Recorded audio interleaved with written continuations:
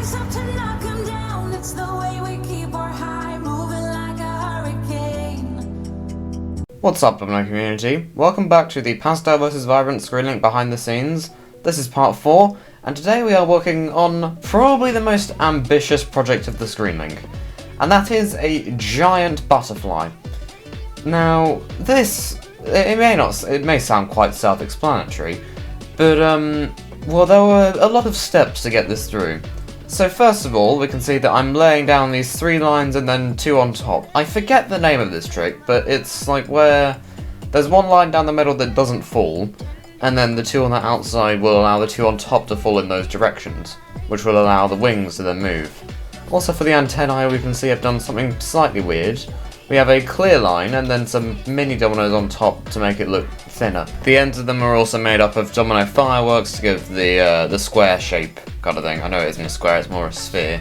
But now I can see I'm laying out, doing the horizontal outlines for all of the wings.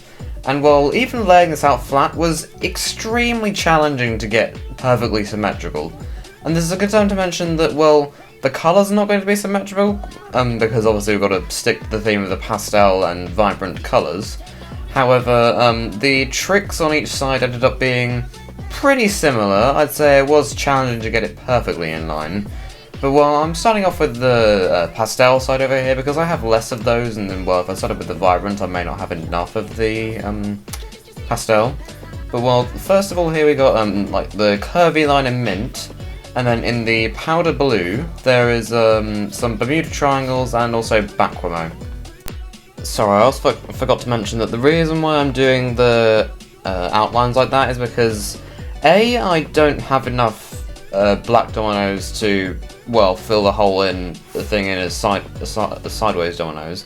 And the reason why I'm even doing that in the first place instead of lines it's just because, even in combination with my 300 indigo, because yes, we accidentally ordered way too many, even in combination with those, I probably don't have enough to do lines all the way around, and it'll probably look a bit messy anyway.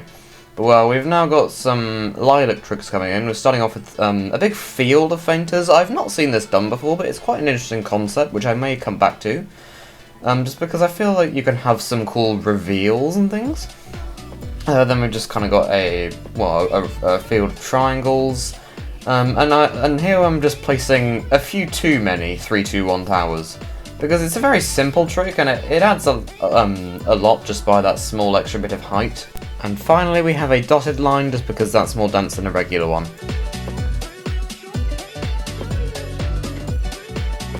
Okay, now we are onto the right hand wing. And this was going to be quite challenging because I had to replicate every trick practically to the precise inch. Maybe not centimetre necessarily, but to a precise inch.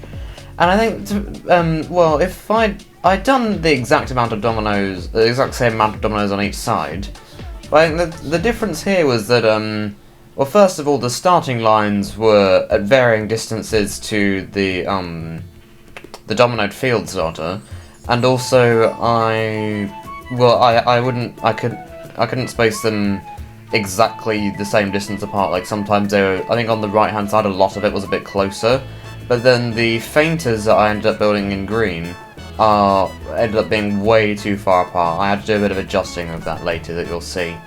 But anyway, well, the tricks that you'll probably see, it's the same tricks, but in just the vibrant colours. And I really like the style of this. Now that this is finished, this is really cool. This sort of reminds me of like a W domino style project. I'm not sure why, but I think having all of these different tricks and techniques all in such a small space, and also shaped, I think that's a really cool concept for a future video. So I will keep that in mind, certainly. And now we have the finished butterfly. I'm just filling in the lines now. And to any of you butterfly fans out there, I do apologise that this isn't any sort of realistic type. I probably would have complained about that a few years ago. Well, the shape, I don't know why I didn't say. This was sort of Monarch inspired. But well, yeah, I guess the domino tricks sort of went in their own way. Anyway, stay tuned because the 4th album will be coming in a week today.